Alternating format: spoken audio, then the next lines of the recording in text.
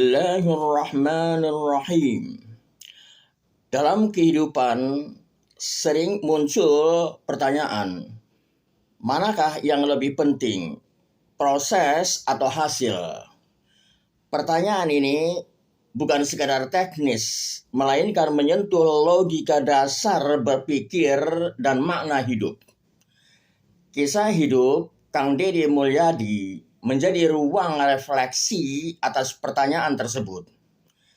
Ia tumbuh dari kesederhanaan, meniti jalan panjang dengan kerja keras, hingga dikenal luas sebagai pemimpin. Perjalanannya menunjukkan bahwa proses dan hasil bukanlah dua kutub yang saling meniadakan, melainkan saling melengkapi. Secara logis, hubungan antara proses dan hasil dapat dirumuskan dalam bentuk silogisme. Tidak ada hasil tanpa proses. Setiap proses yang konsisten akan mengarah pada hasil. Maka, hasil adalah buah niscaya dari proses yang konsisten. Silogisme ini tercermin dalam ucapan Kang Deddy. Saya percaya orang yang mau menanam dengan sabar meski lama pada akhirnya akan menuai. Yang penting jangan berhenti menanam. Ucapan ini mengandung kepastian logis bahwa hasil adalah konsekuensi dari proses. Namun hidup tidak pernah sesederhana silogisme. Disinilah logika dialektika memberi ruang. Proses adalah jalan menuju hasil. Tidak semua proses menghasilkan hasil yang diinginkan. Proses yang dilandasi kesungguhan, meski hasilnya berbeda, tetap memiliki nilai intrinsik. Pandangan ini selaras dengan ucapan Kang Deddy. Kalau kita berpolitik hanya untuk menang, maka kita akan mudah menghalalkan segala cara. Tapi kalau kita berpolitik untuk mengabdi, maka kalah pun tidak membuat kita kehilangan harga diri. Proses pengabdian tetap bernilai, sekalipun hasil politik tidak sesuai harapan. Aristoteles dalam metafisik menulis, "The actuality is the end, and the process is the way to it." Aktualitas adalah tujuan, dan proses adalah jalan menuju ke sana. Pandangan ini mendukung orientasi hasil, di mana proses adalah alat untuk mencapainya. Namun, Kant justru menekankan etika proses. Act only according to that maxim whereby you can at the same time will that it should become a universal law. Bertindaklah hanya menurut asas yang pada saat bersamaan dapat kau kehendaki menjadi hukum universal. Hasil bukan ukuran moral.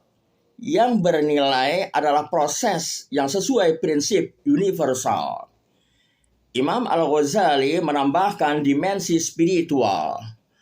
Al-muradu laisa bulughul maksudi wa innamal muradu sulukut tariqi. Yang dimaksud bukanlah semata sampai pada tujuan, melainkan menempuh jalan menuju ke sana. Ibnu Athaillah As-Sakandari memperkuatnya. Man asyraqat bidayatuhu asyraqat nihayatuhu. Barang siapa yang cemerlang permulaannya, maka cemerlang pula kesudahannya. Kedua hikmah ini menegaskan bahwa proses adalah cermin hasil. Kang Deddy Mulyadi memaknainya dengan ucapan, "Saya bangga dilahirkan miskin, karena dari situlah saya belajar menghargai setiap rupiah, setiap tenaga, dan setiap doa." Kesederhanaan yang ia jalani adalah awal yang baik, dan hasil hidupnya pun mencerminkan kesungguhan awal itu. Logika silogisme mengajarkan keterhubungan pasti antara proses dan hasil. Dialektika memperlihatkan dinamika hidup bahwa proses tak selalu berbuah sesuai rencana, namun tetap bernilai.